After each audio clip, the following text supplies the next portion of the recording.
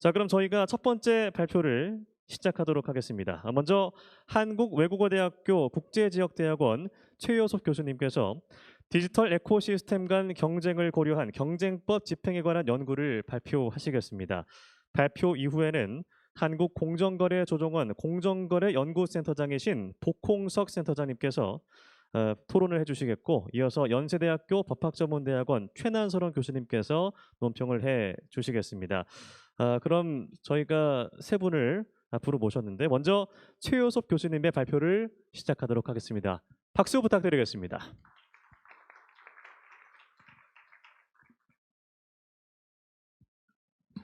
네, 안녕하십니까. 방금 소개받은 한국외국어대학교의 최효섭입니다. 먼저 오늘 발표를 허락해 주신 최영근 원장님과, 그리고 바쁜 와중에서도 저희 그 부족한 글을 읽고 토론을 해주실 복 센터장님과 최난사랑 교수님께 또 감사의 말씀을 드리겠습니다. 제가 이 디지털 에코시스템을 연구를 하면서 그 많은 질문도 받았고요. 그래서 그 주변에 있는 분들한테 이제 얘기를 해보니까 아무래도 이 내용이 너무나 복잡하고 어렵기 때문에 제 글도 상당히 깁니다. 그래서 그 고민을 했는데, 아무래도 이제 토론자분들의 어떤 질의 내용도 있고 해서 제 생각에는 제 발표를 원래는 25분으로 적긴 했는데 한 15분 내로 빨리 발표를 하고요. 그 다음에 이제 토론에서 좀 더 시간을 할애해서 오픈 디스커션처럼 이제 하면 좋을 것 같습니다. 그 목차는 다음과 같습니다. 목차는 다음 같고요. 저희 발표문하고는 이제 순서는 좀 다르긴 한데, 그 이유는 중요한 부분만 제가 정리를 했기 때문에 발표를 이제 PPT는 좀 다르게 작성을 했습니다. 먼저 시작하기 전에 좀 말씀을 드릴 게 뭐가 있냐면, 보통 디지털 이코시스템이라고 생각하면 이제 경영학적인 방법이기 때문에 많은 분들이 아무래도 행태적인 규제보다는 좀 효과주의적인 규제라고 생각하시는 분들이 많으실 것 같습니다. 그래서 그거에 대한 어떤 차이점이 있을 것 같고요. 물론 뭐 저희 참고문은 보시면은 플랫폼 레볼루션이라는 책이 있습니다. 거기에 벤 엘슈타인이라는 학자가 쓴 글이 있는데요. 아마 국내에서 뭐 번역도 되고 많은 사람들이 읽는 책 중에 하나입니다. 그래서 거기에서 이제 디지털 에코시스템에 대한 내용이 나오고, 그 다음에 이제 제 기억에는 챕터 11번이었던 것 같은데요. 챕터 11번에 이제 규제 정책이 나오는데 거기서 이제 규제를 반대하는 내용들이 나오거든요. 그래서 아무래도 미국적인 시각에서는 뭐 경쟁법은 아니지만 전체적으로 이제 디지털 에코시스템을 규제하지 말자라는 식이 되기 때문에 아무래도 경영학적 바탕을 갖고 계신 분들은 아마 오늘 발표가 좀 의아해하실 수도 있습니다. 근데 이제 유럽에서는 그 디지털 이코시스템에 대한 내용이 이제 사실은 행태주의적인 규제에 이론을 하기 위해서 이제 이용하고 있거든요. 그래서 그런 측면에서 처음에 이해하시면 좋지 않을까 생각합니다. 서론이 제가 너무 깁니다. 서론이 앞에 11장이 넘어가는데요. 그 이유는 이제 워낙 90페이지 가까이 되는 글이기 때문에 앞에 10페이지만 읽더라도 어느 정도는 그냥 이해하고 좀 접을 수 있을 정도로 이제 준비를 했고요. 그 앞에 보시면 이제 두 가지 에코시스템에 대한 내용을 썼습니다. 그래서 첫 번째는 모바일 에코시스템을 썼고요. 두 번째는 소셜 네트워크 에코시스템을 썼습니다. 그래서 보시면은 모든 에코시스템에 이제 공통점이 있는데 그 내용이 이제 경쟁과 협력이 존재하는 겁니다. 그래서 그 에코시스템 내에서 외에서 여러 가지 어떤 가치 창출을 위해서 경쟁하고 협력을 하고 있습니다. 그래서 그 특징이 있고요. 보시면은 이제 모바일 OS의 경쟁과 또 모바일 기기 경쟁의 협력이 앞에 얘기했던 모바일 OS 시스템에서 이제 논의할 수 있는 부분이고요. 그 다음에 이제 모바일 OS 에코시스템과 이제 소셜 네트워크 에코시스템을 보면은 온라인 광고라든지 아니면은 프라이버시 보호에 대해서 이제 경쟁하고 있는 상황입니다. 마지막에 있는 내용이 이제 뮤직, 영상, 스트리밍 뭐 이런 경쟁과 협력인데요. 뭐 틱톡이나 유튜브 또는 뭐 애플 뮤직과 이제 스포티파이가 이런 상황이라고 볼 수 있을 것 같습니다. 다음의 내용은 페이스북 내용을 잠깐 얘기를 했었는데요. 페이스북 같은 경우는 소셜미디어에도 진출하고 있고, 그다음에 이커머스에도 진출하고 있습니다. 그래서 과연 시장 확장을 할 때 어떻게 할 것인가, 뭐 경쟁 압력을 봐야 되는데, 사실은 뭐 스니 테스트 아시다시피 디맨드 사이드에서 할 때는 이제 경쟁 압력을 볼 수 있지만 공급 측면이라든지 아니면은 지오그래픽 측면을 본다면은 사실 경제 압력을 보는 건 아니거든요. 그래서 다양한 측면을 봐야 되는데, 이 디지털 이코시스템이 상당히 그 협력과 경쟁이 계속 진화하고 있기 때문에 사례별로 볼 수밖에 없을 것 같습니다. 그래서 앞에 말씀드린 것처럼 경영 전략 연구를 중심으로 이제 디지털 이코시스템에 대한 문헌들이 많이 발전했는데, 유럽에서는 그 내용을 이제 행태주의적인 어떤 규제 방법으로 긍정하기 위한 연구들이 이제 많이 나오고 있습니다. 관련된 사건은 아시다시피 이제 구글 사건인데요. 구글 쇼핑이라든지 구글 안드로이드, 그 다음에 이제 디지털 시장법이라고 하는 DMA의 핵심 플랫폼 서비스 리스트가 이렇게 있습니다. 그래서 그 부분이 그 다음 슬라이드에 보이는 어떤 이론적 배경을 바탕으로 해서 설정된 하고 진행되고 있는 사건이고요. 그래서 그 중요한 거는 뭐 뒤에도 또 설명을 드리겠지만 디지털 플랫폼 사업자의 어떤 사업 모델이 이제 분석을 해야 되는데 뭐 경쟁자수를 본다면 이제 위에 했던 모든 사건들이 수직 거래에서의 게이트키퍼에 대한 내용이고요. 뒤에 또 설명드리겠지만 에코시스템 내에서의 수직 경쟁과 수직 거래에서의 어떤 제한이 이제 그 어떤 형태를 구분했을 때 그런 내용이 되겠습니다. 그 다음 슬라이드 보시면은 이제 게이트키퍼 지정에 대한 게 이제 지난달에 있었고요. 그 내용을 이제 왼쪽으로 보시면은 이제 6개 회사가 있고 그다음에 중간에 이제 코어 플랫폼 서비스라고 되어 있습니다. 그래서 뭐 중간에 있는 중개 거래 관련된 인터미디에이션을 본다면 뭐 구글이 3개나 있긴 하지만 기본적으로는 경쟁사가 있음에도 불구하고 상당히 좀 행태주의적으로 지정을 했고요. 그 내용이 이제 아무래도 이제 디지털 이코시스템의 이론을 배경으로 한다고 볼 수 있습니다. 그 좀 특이한 거는 그 왼쪽 맨 위에 이제 손을 들고 있는 로봇이 이제 보이는데요. 그 유러피안 커뮤니티에서 한 번도 이런 일을 한 적이 없는데 이제 아이콘을 만들어 좀 특이하다고 생각했습니다. 그래서 우리나라 공정거래위원회도 아마 도입을 해야 되지 않을까라는 생각도 했고요. 그 다음 슬라이드 보시면은 그 회사별로 사업자별로 이제 그 사업 분야를 이렇게 지정을 했습니다. 그래서 시간 관계상 좀 빨리 진행을 하고요. 다음 슬라이드로 넘어가겠습니다. 그 디지털 에코시스템 연구를 활용한 규제 논의를 이제 정리를 해드리면 맨 처음에 논의할 수 있는 부분이 제 논문에 이제 거의 주가 되는 부분이 이제 스닙 테스트를 회피하는 방식의 어떤 시각적에 대한 논의가 있고요.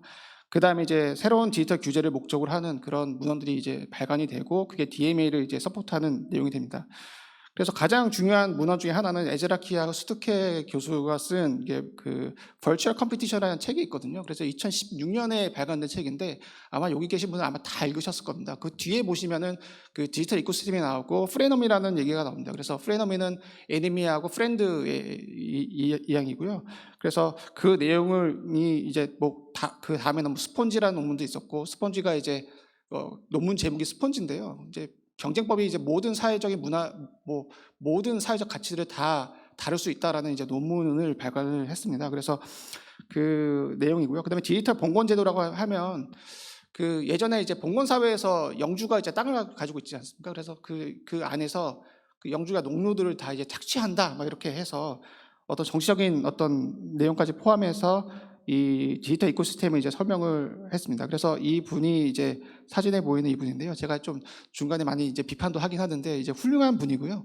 여기 계신 이제 최낭사람 교수님 스승님이시기 때문에 제가 좀 비판하기 좀 어려운 측면이 있긴 하지만 그 인품이나 뭐 실력으로도 이제 뭐 훌륭하시고 그 다음에 많은 논문들이 인용되고 있기 때문에 아무래도 영향력이 많이 있으신 것 같습니다. 그 다음에 있는 중요한 논문은 이제 자코비데스와 리아노스 교수의 연구물인데요. 자코비데스 교수는 이제 런던 비즈니스 스쿨에 있는 교수고요. 그럼 리아노스 교수는 이제 UCL에 있는 교수입니다. 그래서 두 분이 런던에서 이제 같은 또 동양인인 것 같습니다. 그래서 이제 그리스 분들인 거 알고 있는데요. 그래서 이 두 분이 이제 디지털 이코시스템에 대한 어떤 논문을 발간하셨는데 이 논문이 방금 말씀드린 것처럼 DMA라든지 그다음에 시장 시작을 쉽게 할 수 있는 그런 배경을 되고 있습니다. 그 중에서 이제 최근에 나왔던 논문이 그 경쟁을 구분하는 논문이 있었습니다. 그래서 그 내용이 에코시스템 간의 경쟁과 에코시스템 내의 수평 경쟁, 그다음에 에코시스템 내에서 수직 경쟁을 이렇게 구분했습니다. 그래서 저희 전 세계적으로 이제 경쟁학자들이 많이 있는 책이 알리슨 존스 교수의 3인공저거든요. 그 개정판이 지난달에 나왔습니다. 그래서 저는 구매를 했는데 다시 구매를 하려고 이제 제자들한테 이제 구매하라고 했는데 이제 절판이 이미 돼버렸더라고요. 그래서 거기에 이제 그 디지털 이코시스템에 대한 내용이 한 몇 개 챕터가 이렇게 쭉 나오고요. 맨 나중에 그 디지털 경쟁법에 대한 내용이 나오면서 이 논문도 인용을 하고 있습니다. 그래서 그 교과서에 실렸다는 것은 앞으로 이게 그 주류가 된다는 얘기가 될 수도 있거든요. 그래서 뒤에 또 이제 유럽의 얘기를 잠깐 또 말씀드리겠지만 이 부분 그 세 가지 어떤 유형에 따라서 경쟁 분석을 할 수 있을 것 같습니다. 그래서 뭐 DMA도 그렇고 지금 진행 중에 있는 가파 사건도 그렇고요. 맨 아래에는 에코시스템 내에서 수직 경쟁, 특히나 이제 게이트키퍼의 착취 남용이나 배제 남용을 있는데 그걸 구분하지는 않았던 겁니다. 그래서 그 앞으로는 이제 에코시스템 간의 경쟁과 수평 경쟁까지 다 이제 구분을 해서 비교 형향을 해야 될 것 같습니다.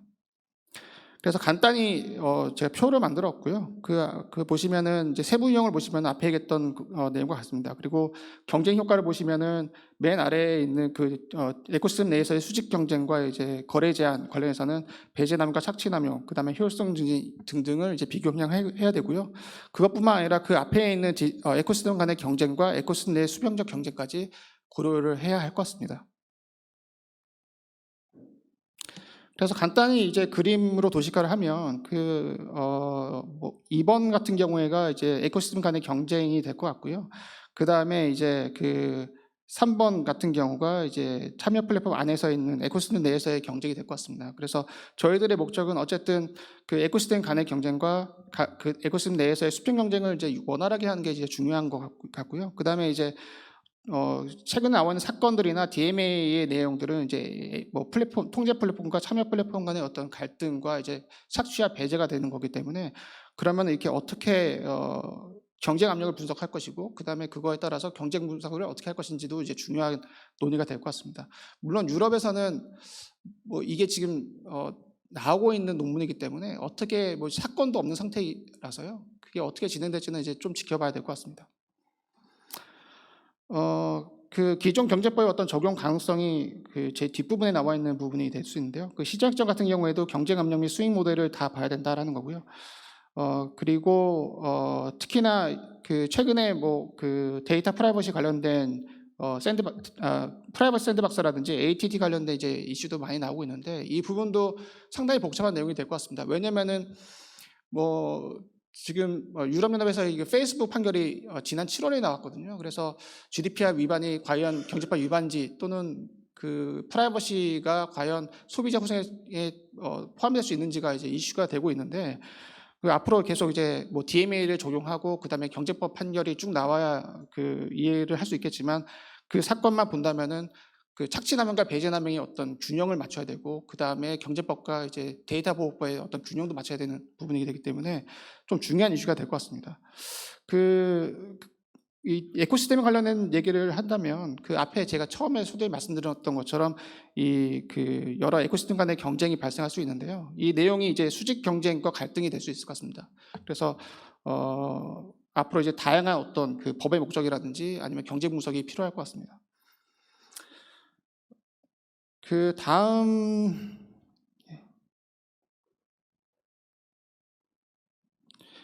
다음은 이제 그 에코시스템 관련된 다양한 이론의 활용인데요. 그 첫 번째는 묶음 시장을 이용한 시장 적입니다. 그래서 저도 뭐 이게 딱 좋아하는 내용은 아닌데요. 사실은 이 내용을 이제 유럽에서는 그 플랫폼 시장 확정에 대해서 이제 많이 주도하고 있는 학자가 이제 로버슨이라는 교수가 있습니다. 그래서 비엔나에 있는 로버슨 교수인데요.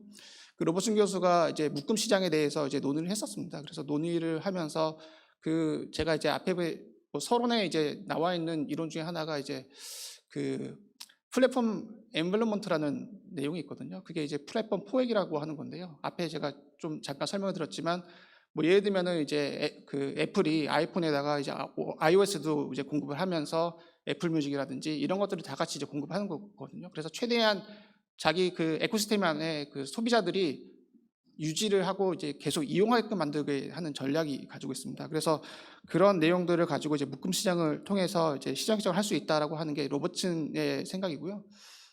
그 다음에 이 내용을 뭐 이런 내용들이 이제 계속 발전되고 있는 게 이제 유럽에서는 이제 시장 확정 지침이 있습니다. 고시가 있습니다. 그래서 노티스라고 하는 고시가 있는데요.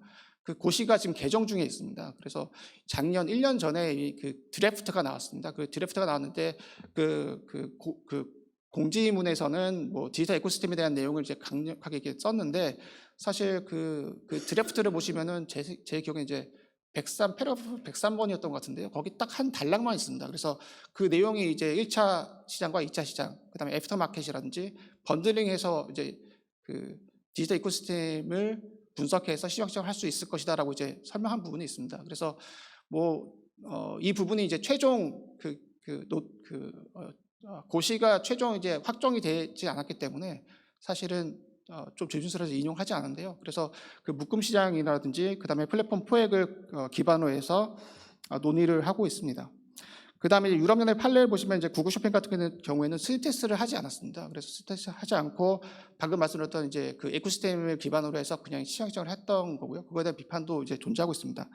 그다음에 구글 안드로이드 같은 경우가 이제 사건에서 이제 사실은 가장 그 디지털 이코시스템에 대한 어떤 그 논의가 많이 있었는데요. 이 사건에서 SSNDQ 테스트를 했었고요. 그다음에 이 사건에서도 제 기억에는 이제 파라그래프 116번이었던 것 같습니다. 그래서 일반 법원 판결에 디지털 이코시스템에 대한 내용이 나옵니다. 그래서 글로벌 다이멘전을 할 때 그 디지털 이코시스템을 판단할 수가 있다라고 되어 있는데 이것도 역시 지금 그 유럽 일반 법원이 아니라 이제 유럽 법원, 코트 오브 저스티스에 이제 계류 중에 있기 때문에 어떻게 판결이 나올지 몰라서 아직은 그냥 각주에만 넣어놓은 상태입니다. 그 슈페터의 사진을 그 넣은 거는 당연히 이제 경쟁 제한서 판단할 때 뭐 플랫폼 사건들 특히나 이제 통제 플랫폼에 대한 사건을 보면 이제 주요한 내용이 이제 착취와 이제 배제가 될 수 있을 것 같은데요. 뭐 우리나라에서 이제 참고할 수 있는 게 대규모 유통업법일 것 같습니다. 뭐 예를 들면은 지금 좀 시간이 많이 지났는데요. 그 대규모 유통법 보시면은 뭐 예를 들면은 뭐 가장 참고를 할 수 있는 게 그 편의점일 것 같습니다. 그래서 편의점 보시면은 그 유통업자가 있고 중간에 있고 그 다음에 이제 가맹업자들이 있고 그 다음에 판매업자들이 있는데 그 중간에서 이제 어떤 그 에코시스템을 갈등을 조정을 하면서 그 다음에 대항도 할 수 있고 그 다음에 그 편의점 유통에서 규모가 커지면은 대형 유통까지 이제 경쟁할 수 있는 뭐 이렇게 할 수 있을 것 같습니다. 그래서 그 많은 분들이 좀 의아하실 것 같습니다. 왜 DMA하고 그 대규모 유통법하고 유사한 경우가 왜 이렇게 많지라고 생각하실 텐데요. 그 좀 시간이 지났지만 이제 2015년에 이제 아스콜라라는 학회가 있습니다. 아스콜라 학회가 이제 뭐 정확한 번역은 아니지만 뭐 세계 경쟁법 학회 같은 기관인데요. 그 동경에서 한번 학술 대회를 했습니다. 그래서 이 내용을 얘기를 했었거든요. 그다음에 이 내용을 얘기한 다음에 유럽에 있는 많은 회국들이 그 경제적 종속 조항을 이제 넣기 시작했습니다. 그리고 그게 넣어지면서 유럽 입장에서는 사실은 통합을 해야 되는데 자꾸 파편화된 어떤 경제법 조항이 생기니까 그거를 억제하기 위한 하나의 방편으로 DMA를 만든 부분도 있습니다. 그래서 그런 부분은 이제 논문에 썼고요. 그래서 이제 상표 간의 경쟁과 상표 내의 경쟁을 비교 형량을 해야 되는데 사실은 이 부분이 너무 어렵습니다. 왜냐면은 이 부분이 사실 제 논문의 핵심 부분인데 잘 정리는 잘 안 된 것 같습니다. 그래서 아마 복 센터장님이 좀 그 논문 내용을 많이 하신 것 같은데요. 그 상표 간의 경쟁과 상표 내의 경쟁을 보면 사실은 구매 전 서비스의 어떤 무임 등차를 제한을 해서 그래서 상표 간의 경쟁을 증진시키는 게 이제 비교 형량의 주요한 내용인데요. 사실은 에코시스템에서는 그런 내용이 없습니다.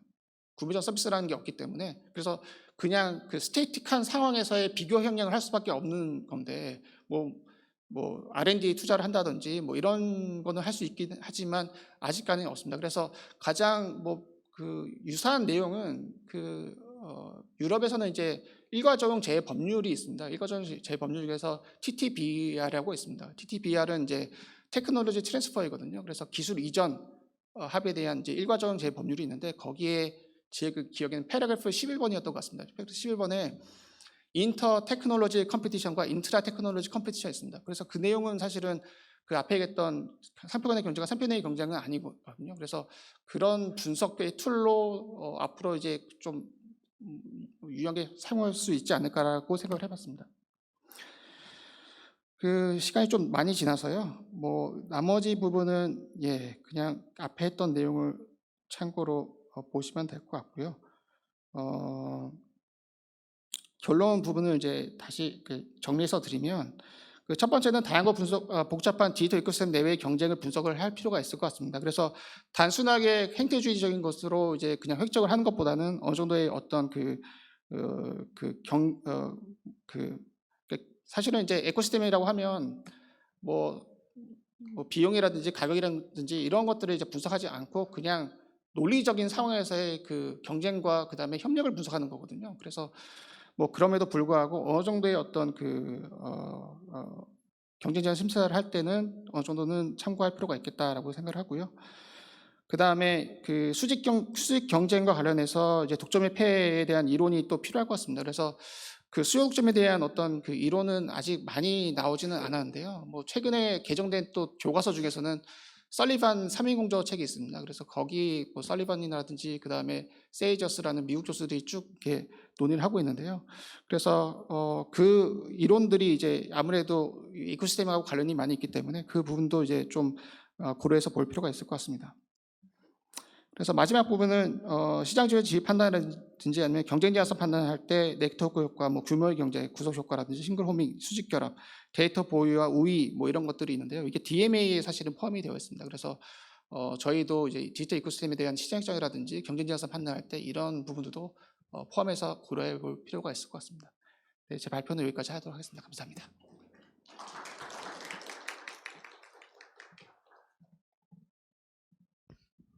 네, 좋은 발표해 주신 최용석 교수님께 다시 한번 큰 박수 부탁드리겠습니다. 네, 이제 토론 시간을 가져보도록 하겠습니다. 토론은 먼저 지정자 토론 두 분의 말씀을 듣고요. 플로어의 의견을 받은 뒤에 발표자분께서 종합적으로 답변을 해주시면 되겠습니다.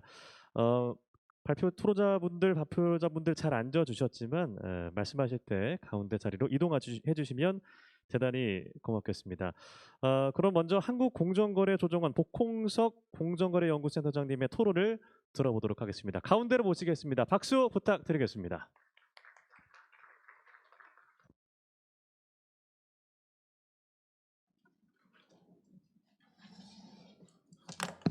예, 반갑습니다. 공정거래조정원 복홍석 센터장입니다. 훌륭한 연구 결과 발표해 주신 최윤석 교수님께 감사드리고요. 디지털 분야 경쟁 당국의 정책 수립과 후속 연구에 많은 도움이 될 연구라고 생각합니다. 훌륭한 연구를 해주고 계신 데 대해서 연구센터를 대표해서 감사의 말씀을 전해드립니다. 실로 방대한 분량의 연구 성과물을 제시해주고 계시고 연구 핵심 내용인 디지털 경제의 고유 특성과 디지털 에코시스템 간 경쟁을 고려해서 경쟁법을 집행해야 한다는 견해에 대해서는 적극 공감하는 바입니다. 다만 연구 보고서 내용 중에서 어떤 사전 규제 도입의 필요성이라든지 에코시스템 단위의 시장 획정 등과 관련해서 일부 강론적인 내용에 대해서는 약간의 견해 차이가 있어서 이에 대한 제 의견을 좀 제시하는 것으로서 토론을 가름해보고자 합니다. 우선 디지털 분야 사전 규제 도입 필요성 관련 논의인데요. 교수님께서 제시해 주신 바와 같이 EU의 DMA식 사전 규제 도입의 논의에 관한 일련의 연구들에서는 이제 디지털 시장에서 상품 간 경계가 굉장히 모호해지면서 시장 획정이 굉장히 어려워졌고 그에 따라서 경쟁법 집행이 굉장히 힘들어지니까 이제 이것을 시장 획정을 좀 회피하기 위한 수단으로 DMA식의 사전 규제 도입 논의가 필요하다라는 주장이 많이 제기되었던 것으로 알고 있습니다. 그리고 제가 이해하기로는 교수님께서 제시해 주신 이 연구 보고서도 이 논의의 연장선상에서 좀 DMA식 사전 규제 도입에 대한 우려를 표명하신 것으로 판단이 됩니다.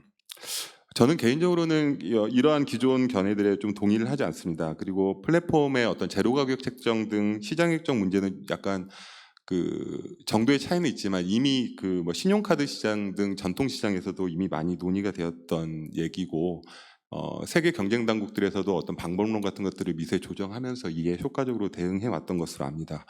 그러니까 디지털 경제에서 시장 획정이 어려워진 건 맞지만 단지 그 이유 때문에 사전 규제 방식을 도입하는 것은 바람직하지도 타당하지도 않다고 판단되고 더욱 중요하게는 이 논의의 연장선상에서 사전 규제 도입의 논의의 타당성을 논의하는 것이 바람직한 것인가에 대해서도 개인적으로 좀 생각을 달리하는 바가 있습니다.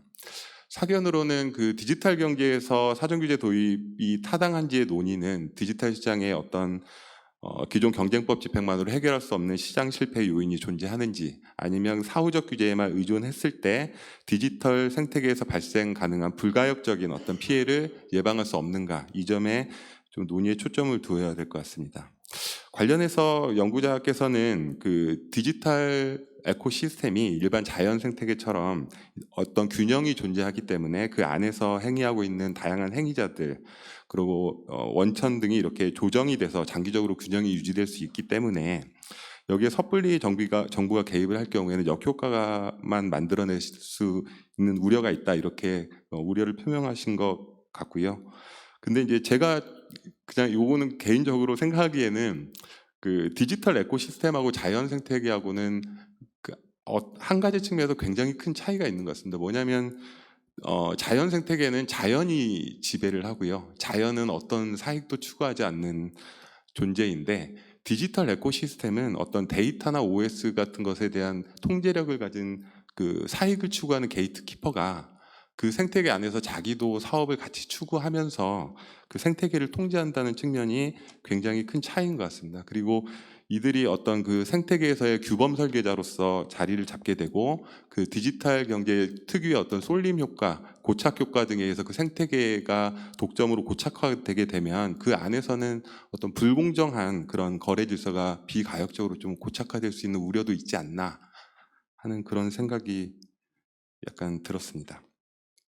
그리고 두 번째로 좀 우려가 되는 거는 저희가 에코시스템 간 경쟁이 굉장히 활발할 거라고 생각은 하지만 사실은 생각보다는 에코시스템 간 경쟁이 활발하지 않을 수도 있습니다. 그러니까 제가 그 토론문에 좀 그림을 하나 제시를 해드렸는데 그 iOS하고 안드로이드 OS가 그 모바일 생태계가 처음 생겼을 때는 막 좀 플럭시에이션이 굉장히 컸지만 지금은 거의 뭐 완전히 그 점유율이 고착화돼서 유지가 되고 있는 상황이고요. 그 교수님께서 제시해 주신 그 CMA의 시장 분석 보고서에서도 iOS 생태계와 안드로이드 생태계 자체가 경쟁이 없을 수 있다 이렇게 말씀을 하고 계십니다. 그래서 아까 말씀드린 그런 디지털 에코시스템의 특성과 에코시스템 간 경쟁이 우리가 생각한 것만큼 크지 않다라는 점을 고려하면 이게 과연 사후 규제만으로 이런 어떤 불가역적인 피해 같은 걸 예방할 수 있을까 하는 생각이 뭐 개인적으로는 좀 듭니다. 그래서 이 부분에 대해서도 좀 고려할 필요가 있지 않나 하는 생각이 좀 들고요. 두 번째는 이제 사후적 법 집행에서 에코시스템 간 경쟁을 고려하는 문제와 관련해서 교수님께서 약간 그 상품 단위의 시장 획정이 전통적인 시장 획정 방법인데 에코시스템 단위의 시장 획정을 사후적 법 집행에서 적극적으로 고려할 필요가 있다라고 약간 판단을 하시는 것 같습니다. 근데 사실은 이 부분이 뭐 사안에 따라서 굉장히 많이 다르겠지만 그 전통적인 방식의 상품 단위가 아니라 생태계 단위로 시장 획정의 어떤 최소 상품군을 정할 때 법 집행이 굉장히 미스리딩 될 수 있는 우려가 있습니다. 간단한 예로 교수님께서 들어주신 그 구글 OS 시진화면권을 보시면 한국과 EU 경쟁 당국은 최소 상품 단위로 OS라는 상품 단위로 획정을 했고요. 그다음에 안드로이드 OS와 iOS는 수요 공급 측면에서 대체 가능성이 없기 때문에 별개의 시장으로 획정된다라고 결정을 했습니다. 근데 이제 이거를 만약에 에코시스템을 최소 단위로 봐서 OS와 기기를 묶어서 하나의 그 최소 단위로 보고 시장 획정을 하게 되는 경우에는 사실은 OS 간에는 아무런 경쟁 관계가 없는데 우리가 애플폰하고 안드로이드 폰이 어떤 하드웨어 스펙이라든지 아니면 뭐 카메라 성능이라든지 이런 것들 때문에 약간 그 경쟁 관계가 있을 수 있는데 OS랑은 전혀 아무런 상관이 없이 경쟁 관계가 있을 수 있는데 이거를 묶어버리면 마치 OS 간의 경쟁 관계가 있는 것처럼 오인이 돼서 그 구글의 시장 지배력이나 어떤 그런 것들이 굉장히 과소평가될 수 있는 우려가 있기 때문에 물론 에코시스템 간 경쟁을 고려하는 것이 굉장히 중요하지만 전통적인 어떤 상품 단위의 시장 획정과 경쟁 제한성 판단의 거를 근본적으로 달리할 필요는 없을 것 같다고 생각하고요. 만약에 그 상품 간의 보완성이 너무 중요하다 이러면 사실은 그 부분은 우리가 이제 클러스터 시장 획정이라든지 어떤 뭐 보완제 애프터마켓 시장 획정이라든지 그런 어떤 보완제 시장 획정과 관련된 많은 방법론들과 사례들이 축적이 돼 있기 때문에 그런 것들을 얼마든지 이용할 수 있지 않을까 하는 그런 생각이 듭니다. 마지막으로 이제 그 교수님께서 에코시스템 경쟁에서 시장 형성을 위한 경쟁이 굉장히 중요하다고 말씀을 해주셨는데요. 저도 그 부분에 대해서는 굉장히 공감을 하는 바입니다. 근데 이제 좀 한 가지 말씀드리고 싶은 것은 저희가 물론 기업 결합 사건에 좀 국한되어 있긴 하지만 옛날에 제약 산업이라든지 군수 산업이라든지 이쪽에서도 시장 형성을 위한 경쟁이 그 법 집행에서 굉장히 이슈가 됐던 적이 있었고요. 거기에 대해서도 저희가 많은 방법론을 개발해 왔던 것이 사실입니다. 다만 말씀하신 대로 그 단독행위 사건에서는 이 시장 형성을 위한 경쟁 제한 문제가 제기됐던 것은 우리나라에서 처리한 그 구글의 OS 시진화면권이 거의 유일한 것으로 알고 있는데 그 이유를 생각해 보면 사실은 어떤 새로운 시장을 형성하는 것 자체를 막아버릴 정도의 시장 지배력이 있는 사업자가 그렇게 많지 않았기 때문이 아닌가 약간 그런 생각이 들고 근데 오늘 논의된 것처럼 뭐 디지털 에코시스템이라는 것을 지배하는 어떤 거대 게이트키퍼가 등장하기 시작하는 디지털 경제에서는 앞으로 이런 시장 형성을 위한 경쟁을 제한하는 행위도 이제 단독 행위에서 문제가 될 수가 있기 때문에 이 부분에 대한 어떤 방법론 개발이나 논의 등이 저희 좀 경쟁법 커뮤니티에서도 활발하게 전개되었으면 하는 그런 바람이 있습니다. 예, 감사합니다. 네, 복공석 공정거래연구센터장님께 다시 한번 큰 박수 부탁드리겠습니다. 네, 그럼 이어서 연세대학교 법학전문대학원 최난설원 교수님의 토론을 들어보도록 하겠습니다. 여러분의 큰 박수로 들어보도록 하겠습니다. 네, 최우석 교수님의 발표 굉장히 경청하면서 잘 들었습니다. 복공석 센터장님께서도 또 우리가 여기 이 이제 방대한 내용을 통해서 생각해볼 쟁점에 대해서 잘 짚어주셔서 그 점에 대해서도 저도 공감하면서 들었는데요. 일단 디지털 에코시스템이라는 그런 뭐 우리나라로서는 디지털 생태계 이런 말들이 소개된 지는 오래되진 않은 것 같습니다. 그렇지만 이 최우석 교수님 발표를 듣고 그리고 발표문을 보면서 이게 어느 정도의 경계의 확장성을 얘기하는지에 대해서는 금방 여기 계신 모든 전문가분들이 파악을 하셨을 거라고 생각이 들고요. 그리고 방금 말씀드린 것처럼 이런 에코시스템에 대한 이해와 검토가 필요한 이유는 확장성이라는 것이 굉장히 크게 일어날 수 있는 분야라는 그런 측면이 있는 것 같습니다. 그리고 에코시스템 이퀄 시장 획정이라고 우리가 생각을 하는 그런 단순한 그런 논리는 사실은 우리가 경쟁법적 시각에서 이거를 접근하려고 하기 때문에, 그리고 경쟁법 집행에서 에코시스템을 어떻게 이해할지를 접목시키는 과정에서 시장 획정과 관련된 그런 쟁점들이 많이 부각되기 때문인 것 같습니다. 그런데 제가 발표문을 이제 쭉 읽어보면 최우석 교수님께서도 시장 획정 자체를 에코시스템으로 가야 한다는 그런 논리보다는 에코시스템에 대한 이해가 시장 획정 단계에서 좀 필요하다라는 그런 것으로 저는 읽혀졌고요. 그리고 어떻게 보면 시장 획정을 약간 포기하는 방식이 아닌가라는 그런 생각도 좀 드라마틱하게 들었습니다. 그래서 예전에는 면밀하게 어떤 상품 시장이라든지 지역 시장을 중심으로 시장 획정을 시도를 했다면, 지금은 워낙 이 디지털 경제가 빠르게 변화하고 있고 그 안에서 뭐 양면 시장이든 다면 시장이든 이런 것을 갈라서 어떤 것이 이제 트랜잭션이 있고 어떤 것이 이제 비거래 그 트랜잭션이 없는 그런 플랫폼인지, 어떤 것이 매칭인지, 그 안에 수익 구조가 무엇인지 파악하는 그런 단계들이 너무 복잡하고 또 그 안에서 오히려 미스리딩이 일어나기 때문에 일부 관할에서는 이제 시장 획정을 포기하고 그들이 제공하는 이제 핵심 플랫폼 서비스를 위주로 해서 사전 지정 제도로 지정하는 데 있어서 어떤 그 논리 구조에 있어서 그래도 이해될 수 있는 그 논리 구조를 구성하기 위해서 에코시스템이라는 그런 그 어떤 그 뭔가의 그 구조를 발견한 것이 아닌가, 이런 체제를 우리가 이해하게 되는 그런 과정이 아닌가라는 그런 생각이 들었습니다. 그리고 이 에코시스템에 대한 이해는 물론 시장 획정 부분에 있어서 가장 중점적으로 봐야 되는 것이지만 발표문에 있는 것처럼 에코시스템에 대한 파악은 경쟁 제한성과 관련된 그 관점에서도 그 다음에 그런 절차에서도 굉장히 중요하다고 보여지는데, 그 에코시스템 간의 경쟁 같은 경우에는 우리가 에코시스템 자체가 갖고 있는 그 각각의 어떤 거대 사업자 갖고 있는 비즈니스 모델들이 각각의 특징들이 있기 때문에 그러한 규모 면에서라든지 어떤 이 지배력 내지는 복합적인 힘의 그런 관점에서 이 대결 구도라고 할까요? 경쟁 구도에서 어떤 것이 어느 방향성으로 좀 더 이제 확장성을 갖고 있는지, 그런 부분에 있어서의 고려 내지는 이제 에코시스템 자체가 갖고 있는 그 안에서 이 사업 부문 간의 경쟁 내지는 수직적인 그런 통합 부분, 이런 것들도 종합적인 고려가 필요하지 않을까라는 생각을 하면서 발표문을 굉장히 저도 면밀하게 잘 읽었습니다.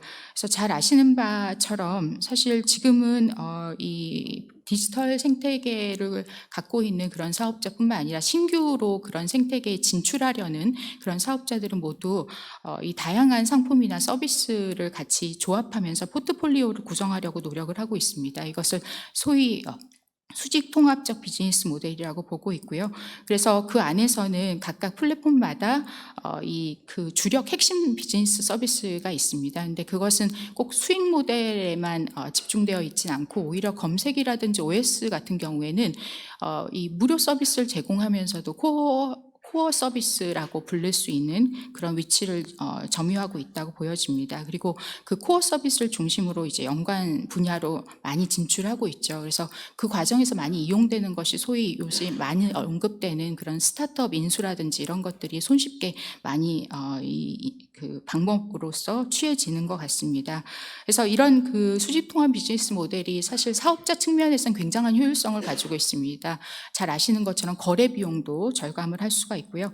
그리고 그 안에서의 거래 비용을 포함한 내부 선순환 구조 측면, 그리고 고객 충성도가 굉장히 빠르게 형성될 수 있어서 이용자 접점들이 굉장히 조밀하게 만들어질 가능성이 있습니다. 그리고 이용자도 그 안에서 굉장한 편의성을 느끼죠. 한 번의 로그인만으로 아니면 어떤 앱의 접속만으로도 여러 서비스를 손쉽게 이용을 할 수 있고, 그 안에서 자체 데이터들이 이동을 하면서 이용자는 오히려 자기가 굳이 검색하지 않아도 찾지 않아도 다른 연관 서비스로 접근이 굉장히 손쉬워지는 굉장한 효율성을 가지고 있습니다. 그래서 이런 전략들이 이 뭐 거대 플랫폼 서비스뿐만 아니라 이 분야에 관심 있는 모든 사업자들, 그리고 전통 서비스 사업자, 전통 그 분야에 있는 사업자들도 뭔가 디지털 모델을 접목시키려고 하면 당연히 참고하게 되는 그런 이 그 모델이 수직 통합 모델이라고 볼 수가 있습니다. 근데 이런 과정에서 우리가 기존에 당면하지 못했던 그런 경쟁 이슈들이 많이 발발을 하는 것이 지금의 상황이라고 보여지고, 이게 우리나라뿐만 아니라 전 세계적으로도 이런 상황들에 직면을 하고 있다고 보여집니다. 그리고 이게 연구 개발이라든지 혁신에 기여하는 측면이 있는 반면에 또한 어느 시장에서 독점이라든지 어떤 그 정체 현상, 어떤 경쟁의 정체 현상이 일어나면은 이 일순간에도 이런 혁신이라든지 기술 개발 이런 것들을 우리가 독점의 폐해를 느끼는 것처럼 멈출 수가 있다는 측면이 잠재적인 우려로 남고 있는 것 같습니다. 그래서 이런 부분에 대해서 이 장점뿐만 아니라 단점도 함께 고려해야 되는 것이 이제 현재의 과제라고 볼 수가 있고요. 근데 이런 전반적인 과정에서 우리나라에서는 조금 이런 것들이 쉽게 이해될 수 있는 구조가, 사실 수직 통합 비즈니스 모델은 굳이 디지털 사업자만, 디지털 플랫폼 사업자만 갖고 있는 모델이 아닙니다. 전통 사업자들도 얼마든지 이런 것들을 취할 수 있고, 그리고 우리나라에서는 이런 것들이 이제 대규모 기업 집단에서 그동안 다각화를 추진하는 차원에서 복합 지배력들을 만들어내는 그런 과정들을 많이 목도를 하고, 실제 경제력 집중 파트에서 이런 내용들을 많이 다루고 있습니다. 그래서 이런 그 뭔가 이제 연관 산업 분야의 진출, 그리고 혼합 결합을 통한 이 규모의 확대, 그리고 범위의 경제, 이런 것들이 어느 측면에서는 이미 우리가 겪고 있는 그런 상황하고 매우 유사하다고 볼 수가 있는데요. 근데 이것이 이제 반드시 똑같진 않습니다. 여기 그 토론문에도 썼는데요. 특히 이 다각화 전략 측면에서는 이 전통 기업과 그리고 디지털 사업자 간에는 좀 차이가 있다고 보여집니다. 이 동기 측면에서 보면은 이 전통적인 대규모 기업 집단은 재정적인 어떤 안정성 내지는 리스크를 다이버스하는 그런 이 위험을 분산하는 그런 목표로 다각화를 그간에 추진했던 반면에, 이 거대 플랫폼 사업자 같은 경우에는 그들이 이제 최초에 이 시장에 진입했던 그 차원에서의 고려를 많이 하는 것으로 보여집니다. 그래서 10년, 15년 전에 출발했을 때 어떤 그때 그 혁신적인 어떤 하나의 아이디어, 그 기술로 출발해서 굉장히 그 단기간에 성장들을 이루어 나갔기 때문에 어느 기업이, 그리고 우리가 몰랐던 어떤 신생 기업이 시장에 진출하면서 그렇게 될지도 모른다, 나의 지위는 영구적일 수 없다, 이런 우려가 있기 때문에 그래서 오히려 그런 차원에서 새로운 기술에 대한 그런 관심도 매우 높고, 그런 기술을 가진 사업자에 대한 인수도 굉장히 빠르게 이루어지고, 그리고 조금이라도 다른 내가 갖고 있던 기술과 유사한 기술이라고 하더라도 인수라든지 그런 분야에 있어서의 진출을 두려워하지 않고 일단은 더 더 빠르게 대처하는 것, 그 신속성 이런 것들을 더 이 목표로 삼고 있다고 보여집니다. 그래서 이런 그 이용자층의 변화라든지 시장의 급격한 변화, 관심의 이동 이런 것들을 예상하면서 다각화를 추진하고 있어서 지금 우리가 생각하고 있는 그런 굉장히 두려움, 이런 시시각각 커지는 거대 플랫폼의 크기 이런 것들을 우리가 체감하고 있다고 보여집니다. 그래서 이 더 많은 데이터, 더 많은 이용자를 차지하기 위해서 이용자 접점을 차지하기 위한 경쟁이 벌어지고 있기 때문에 지금 에코시스템 자체에 대한 경쟁 압력이라든지 경쟁 구도 이런 것들에 대해서 최우석 교수님이 잘 말씀해 주신 것처럼 그런 이 여러 경쟁 이슈에 대해서도 미리미리 좀 대비해야 된다는 그런 차원의 집행 이 기관에 있어서의 연구라든지 법안이 제안되고 있다고 보여지고요. 그래서 이 확장성이라는 것도 사업 분야별로 서비스별로 좀 다르게 생각할 필요가 있지 않을까라는 생각을 해봤습니다. 그리고 에코시스템과 시장 획정의 문제 에 대해서 그게 이제 주된 여기에 지금 발제의 중심이라고 보여져서요. 근데 이런 시장 획정이 어려워진 이유가 무엇일까라고 한다면 제가 서두에 말씀드린 것처럼 이게 코어 서비스에 해당되는 부분이 무료로 제공되는 그런 사업군들이 많이 보여지고 있기 때문이라고 보여집니다. 그래서 이 그 무료로 이용자에게 제공되는 서비스가 다수 존재하는 상황에서 우리가 기존의 뭐 매출액이라든지 이런 것들을 기준으로 뭐 대체 가능성이라든지 이런 것들도 판단을 하고 또 매출액 대비해서 시장 점유율 등을 판단하고 시장 지배적 지위를 판단하고 뭐 이런 그 과정들이 여기에 있어서는 딱 매칭이 되지 않는 그런 그 많은 문제점이 생겨서 뭐 SS, NDQ 테스트라든지 여러 가지가 미국이나 뭐 중국이라든지 그리고 유럽에서도 많이 시도가 되고 실제 반영된 케이스가 나타나고 있는 것으로 보입니다. 그런데 이것을 극복하기 위해서 뭐 다른 이제 방면에서의 경제학적인 방법론이 발견되고 뭐 고안되고 이런 것들은 좀 더 이제 우리가 경쟁의 관점에서 이해가 쉽지만 에코시스템 그 자체 어떤 생태계를 하나를 두고 경쟁이라든지 시장 획정을 생각을 하는 것은 조금 순수 경쟁법적 관점에서 먼 거리의 선택으로 이해가 되고 있습니다. 그래서 이는 에코시스템이라는 용어를 사용해서 이 거대 플랫폼의 계열 집단, 우리가 보통 계열사라고 해서 기업 집단을 우리가 볼 때 계열사가 어디까지인지 보고 그 안에서의 규모 등을 산정하는 방법들을 우리나라에서도 대규모 기업 집단 규제에 많이 사용을 하고 있는데요. 그래서 이런 것들이 지금 이제 에코시스템의 범위 설정에서는 같이 고려되고 있는 것으로 보이고, 그래서 이런 것들이 어떻게 보면 디지털 시장에서의 경제력 집중의 심화 내지 유지를 사정 규제 내지는 특별 규제로 접근하는 방법으로 저는 보여집니다. 그렇게 파악이 되고요. 그리고 이 DMA 규정을 살펴봐도 경쟁보다는 상생의 관점에서 읽히는 규정들이 다수 보입니다. 그래서 뭐 데이터를 공유해야 된다든지 어떤 서비스 분야에 대한 포기 내지는 양보 이런 내용들이 많기 때문입니다.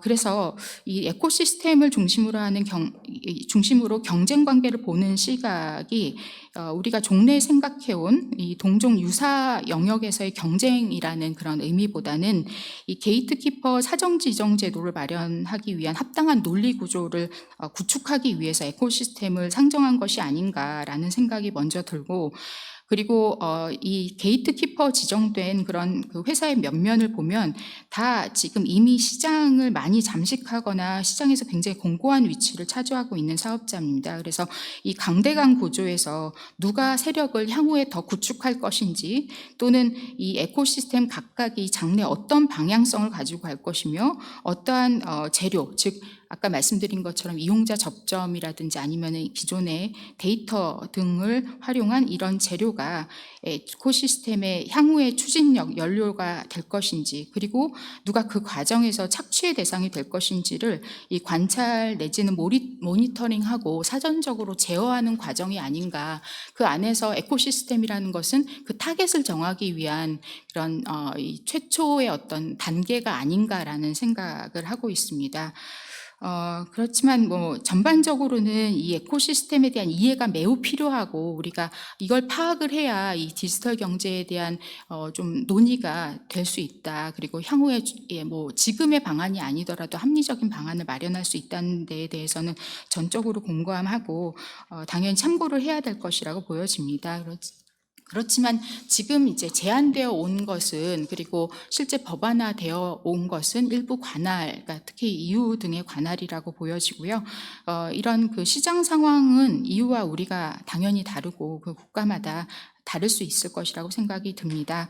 그래서 에코시스템에 대한 분석이나 이해를 넘어서서 에코시스템 그 자체를 규제의 타겟으로 하는 방법은 그 파급력만큼 그 순기능, 역기능, 그리고 동향 이런 것들을 면밀하게 살피고 우리 시장 참여자들의 의사 또한 충분히 살피는 과정이 반드시 필요할 것이라고 생각이 드는데 제가 이제 교수님께 한 가지 고견을 여쭙고 싶은 것은 우리나라의 경우에는 과연 어떠한 에코시스템 내에서의 수직적 경쟁의 양상이나 아니면 수평적 경쟁 내지는 경쟁 압력의 정도가 규제를 필요로 하는 정도에 이르렀다고 생각하시는지 그런 사안이 있는지 또 어떤 지점들을 우리가 관심 있게 봐야 되는지에 대해서 한번 교수님의 의견을 여쭙고 싶습니다.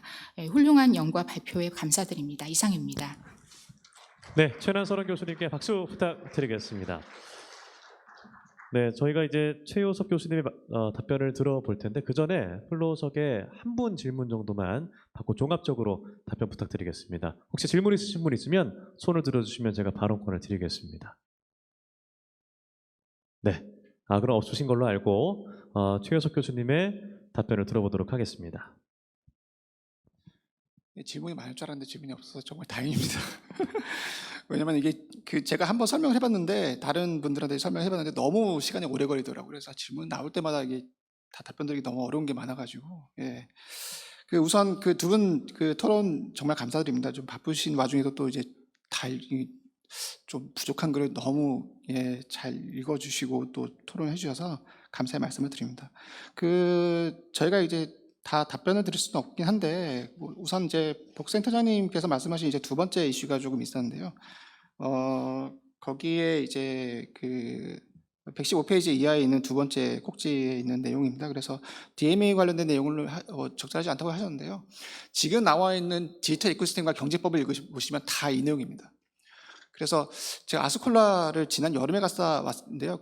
아테네에서 했었습니다. 그래서 리아노스 교수가 그리스 공정거래위원장을 하고 있기 때문에 거기서 이제 직접 발표 듣고 이제 에코시스템에 관련된 내용을 쭉 얘기했는데 결론은 다 그냥 DMA하고 그다음에 뭐 논문 보시면 아시겠지만 독일의 개정 경쟁법 제19A조에 대한 내용이고 그다음에 이제 영국의 시장조사 있지 않습니까? 그래서 시장조사에 대해서 시장 영향을 내릴 수 있는 어떤 내용들 이런 것들을 중심으로 해왔기 때문에 당연히 이 내용을 할 수밖에 없습니다. 사실 디지털 이코시스템을 얘기하면 당연히 사전 규제에 대한 내용을 할 수밖에 없는 거고요. 저는 그거에 대해서 비판적으로 하는 내용이 이제 가장 중요한 내용은 그러면은 DMA가 아니면은 규제가 불가능하냐라는 건데요. 이미 우리나라도 그렇지만 유럽도 마찬가지로 구글 사건이나 지금 가파 사건이 다 진행 중인데 시장 정도 잘 하고 있고 그다음에 집행도 다 하고 있는 상황이라서 그러면 과연 DMA가 필요한가라는 고민을 할 필요가 있습니다. 두 번째 내용은 저희 복산처장님이 이제 행정을 하신 걸로 알고 있어서 이제 행정적 관점에서 이제 설명을 하면 긴 거보다 좀 짧게 설명을 드리도록 하겠습니다. 그래서 미국에 있는 엔타이트러스트에 대한 발전 내용을 보면 이제 하버드 학파가 발전했던 시기를 이제 생각해 보시면 당연히 이제 그때 1차 세계대전, 2차 세계대전 그다음에 또 대공황이 있었고요. 그러다 보니까 이제 연방 정부의 역할이 되게 강조되는 시기였습니다. 그래서 그 다음에 이제 아시다시피 예를 들면 공공선택론이라든지 그다음에 합리적 선택 이론 이런 것들이 나오면서 이제 시카고 학파 나오고 그다음에 이제 아시다시피 70년대 이후부터는 판례들이 바뀌기 시작하는데요. 유럽의 상황도 유사합니다. 그래서 그 내용을 좀 간과하는 부분이 있어서 제가 제 3장에서 좀 지루하긴 하지만 길게 설명을 한 거거든요. 그래서 유럽 같은 경우에도 이제 중앙 정부 이제 하나로 가고 있는 상황이기 때문에 소위 말하는 유나이티드 스테이트 오브 유럽을 가고 있는 상황에서 유럽에 있는 중앙 정부가 각 회원국들에 있는 모든 법제화를 이제 통일시켜야 되는 과제가 있는 거거든요. 그래서 DMA가 좀 특이한 게 뭐냐면은 좀 전공자 아닐 수도 있으시겠지만 이제 지침의 단계를 거쳐서 레귤레이션으로 가야 되는데 레귤레이션을 바로 그냥 도입을 했습니다. 그래서 GDPR 같은 경우에는 이미 다이렉티브가 있었고 지침이 있었고 그 다음에 이제 레귤레이션을 도입했는데 DMA, DSA 그 다음에 인공지능 법안까지 그런 과정이 없이 그냥 급진적으로 이제 도입하고 있는 상황이고요. 물론 갈등도 있습니다. DMA가 갈등이 있고 DSA는 그렇게 갈등이 없는데 그 이유는 DSA 같은 경우에는 회원들한테 재량권을 준 상황입니다. 그래서 이런 특수한 사항을 이해하지 않고 그냥 그대로 도입하게 되면 문제는 반드시 발생하게 되는 거고요. 그런 측면에서 이제 제 논문을 썼습니다. 그리고 이제 각주 중에 그런 문헌이 있는데요. 비교법에서 이제 고전이 되는 즈바이거터 퀘츠 공저가 있습니다. 그래서 비교법 논문에 그 책이 있는데요. 그 책에 이제 그 나라에서 해결되지 못하는 상황 같은 경우에는 다른 나라에서 있는 법을 이제 참고해서 할 수 있다라는 게 있고 조건이 있습니다. 근데 너무나 뻔한 조건이긴 한데 그 조건의 첫 번째가 뭐냐면 그 나라에서 과연 잘 적용이 되는지, 그다음에 우리나라에 왔을 때 적용이 잘 될 수 있는지. 당연한 얘기긴 한데요. 이게 고전이라서 이제 많이 인용하는 것 같습니다. 지금 DMA가 아직 적용이 막 되고 있는 상황이 어떻게 될지도 모릅니다. 그 다음에 두 번째는, 지금 우리나라, 최너설 교수님 말씀하셨지만 상황이 다릅니다. 상황이 다른데 그대로 적용할 수는 없는 거고요. 제가 말씀드린 건 이제 또 하겠지만 시장정에 대한 내용도 사실은 극복할 수 있는 상황이기 때문에, 저는 그렇게 생각을 합니다. 나머지는 너무 시간이 많이 지나서 근데 하나는 최능설 교수님과 센터장님께서 말씀하신 내용과 이제 겹치는 부분이 있어서요. 제 논문의 58페이지 보시면 중간에 안드로이드 사건을 잠깐 이제 소개를 했습니다. 그래서 거기 위에서 한 7번째 줄 보시면 안드로이드 에코시스템 내의 경쟁을 제한하여 OS 에코시스템 간의 경쟁, 그다음에 모바일 기기 에코시스템 간의 경쟁이 증진된 상황이기 때문에 그 경우가 좀 복잡한 게 A 에코시스템 내에서의 경쟁 제한과 B 에코시스템 간의 경쟁 제한을 비교 형량해야 되는 내용이 설명을 했습니다. 그래서 그 앞에 비교 형량에 대한 내용이 말씀하셨는데 그런 경우에는 아무래도 경제의 규모라든지 그 다음에 이용자의 후생이라든지 그 다음에 파급력 이런 것들을 조금 분석해서 우위를 비교 형량을 좀 할 필요가 있을 것 같습니다. 시간이 제가 생각에 한 2, 3분밖에 안 남아서요. 마지막으로 최능설 교수님께서 질문하신 내용이 있는데 너무나 이제 어려운 질문이고요. 제가 이거 답변을 들어도 여기 계신 모든 분들을 다 만족시킬 수 없는 답변이 될 것 같습니다. 그래서 우선은 DMA 같은 그런 법률은 제가 규제는 이제 사실은 선호하지 않기 때문에 그거에 대해서는 따로 말씀드릴 수는 없을 것 같고요. 다만 저희가 지금 논의 안 한 챕터가 있습니다. 그래서 서챕터가 있으니까 거기 간접적으로 한번 보시면 제 의도가 좀 보실 수 있지 않을까라는 생각을 하고요. 그 다음에 이게 만약에 그냥 규제가 아니라 경쟁법이라고 생각했을 때 129페이지에 이제 질문하신 내용이 이제 아래서 세 번째 줄에 수시적 경쟁 양상이나 경쟁 압력의 정도가 규제가 이제 법률이 아니라 사실 경쟁법으로 봤을 때는 아까 말씀드렸던 에코시스템 간의 경쟁과 에코시스템 내에서의 수평 경쟁, 그 다음에 거기에서 오는 아까 참고할 수 있는 TTBER 이런 것들이 있을 것 같고요. 그 다음에 이제 두 번째 참고할 수 있는 내용은 아무래도 판례일 것 같습니다. 그래서 아무래도 상표 간의 경쟁과 상표 내의 경쟁의 판례를 참고할 수밖에 없을 것 같거든요. 리진 사건이 이제 미국에 있었는데 제가 알기로는 리진 사건에서 시장 점유율이 5%였던 것 같습니다. 물론 제 글에서도 사업자가 이제 수직 독점이지 사실은 공급 독점자가 아니기 때문에 이거를 그대로 적용하기는 어렵지만 시장 점유율을 할 필요가 없을 것 같고요. 우리나라에서도 이제 한미 사건이 있기 때문에 그런 내용들을 좀 봐서 시장 획정한 이후에 시장 점유율을 보고 이제 판단하면 되지 않을까라고 생각합니다. 그 다음에 시장 획정에 대한 무효라는 내용이 있었는데 이거는 항상 있는 얘기 같습니다. 그래서 사실은 제가 이제 구분서를 이제 얘기를 했는데 여기 신영수 교수님도 논문을 많이 쓰시긴 하셨지만 이제 경상담화 관련된 시장 획정 이런 내용도 했는데요. 미국, 유럽도 그렇고 시장 획정에 대한 내용은 사실 구분을 하고 있습니다. 당연히 행태에 대해서 이제 다르게 하고 있고요. 그래서 제가 여기 잠재적 경쟁과 초기 경쟁을 했던 게 그럼 질문이 과연 자사우대라든지 이런 내용들이 경성 제한 행위냐에 따라서 사실은 시장 획정을 에코시스템에 따라서 그냥 바로 할 수 있을 거고 아니면 그게 좀 어려울 것 같거든요. 이런 건 이제 판례에 따라서 발전해야 될 것 같고요.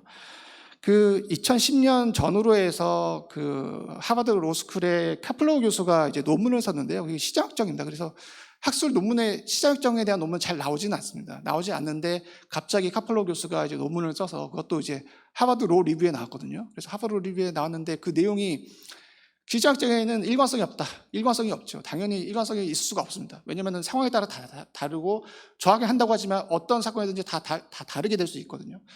그래서 일관성이 없기 때문에 시장학적 하지 말아야 된다라고 했습니다. 그래서 이렇게 훌륭한 저널에 이런 논문이 게재가 될 수 있는 것인가라고 했는데 그 다음에는 이제 아시다시피 뭐 미국 그 DOJ, FTC의 이제 기업 결합 그 심사 지침이 나오지 않았습니까? 그래서 기업 결합에 대한 그때도 이제 제가 기억에는 10년 전, 13년 전쯤에 이제 홍동표 박사님께서 그 발표하신 걸 기억이 납니다. 그래서 그때 이제 그 공정거래위원회가 그 조다청에 있었을 때거든요. 그래서 거기서 많이 학술대에서 참 좋은 시절이었던 것 같은데요.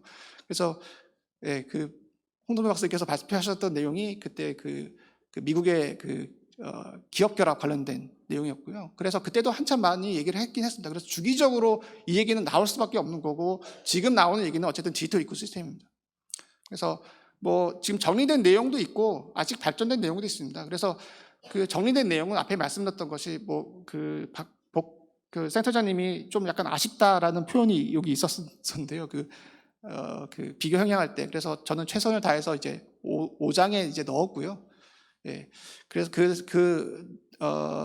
앞으로 계속 발전될 것 같은데 이제 참고로 아직 사건은 없긴 하지만 아까 말씀드렸던 그 뭐 그리스 학파가 될지 뭐 런던 학파가 될지 모르겠습니다만 UCL에 있는 교수들하고 그 다음에 런던 비즈니스 스쿨에 있는 교수들이 이제 다음 주 31일 날 웨비나를 하는 것 같습니다. 거기서 이제 디지털 이코시스템인데 이제 확장을 해서 이제는 그냥 에코시스템이라고 하더라고요. 그래서 관련된 내용이 어떤 게 될지는 모르겠지만 뭐 새벽에 해서 저는 못 볼 수도 있을 것 같습니다. 근데 거기에 있는 내용이 이제 관련된 사건들이 이제 뭐 여러분 아시고 있는 그 CMA 같은 경우에는 이제 유러피언 커미션과 다르게